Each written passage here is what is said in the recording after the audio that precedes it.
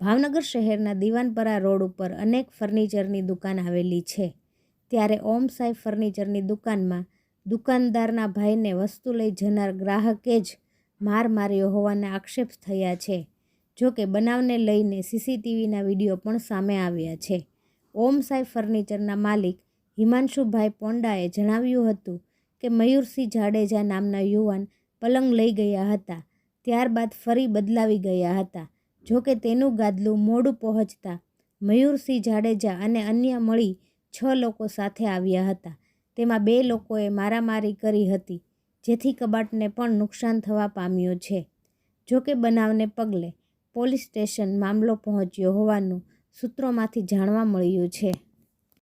કાલે એક ગ્રાહક આવ્યું, એને પલંગ બદલાવો તો પલંગ બદલાવી દીધો, તો જેમ ભાવે એમ ગાળો બોલતા હતા. પછી એમનું ગાડલું એક દી મોડું થાય એમ હતું તો એણે મારામારી ચાલુ કરી ને મારા નાના ભાઈને માર્યો, કબાટ વાળી નાખ્યો અને જેમ ભાવે એમ ગાળો દીધી. એ લોકો 6 જણા આવ્યા હતા, એમાંથી મારવામાં 2 જણા હતા. મયુરસિંહ જાડેજા ને એના ભાઈ, એનું નામ નથી આવડતું. હથિયાર કોઈ નહોતું, મારામારી કરી હાથથી. એ લોકો 6 જણા હતા, બાકીના લોકોએ પકડી રાખ્યો ને આ 2 જણા મારવામાં હતા. પોલીસ ફરિયાદ રાત્રે કરેલી છે.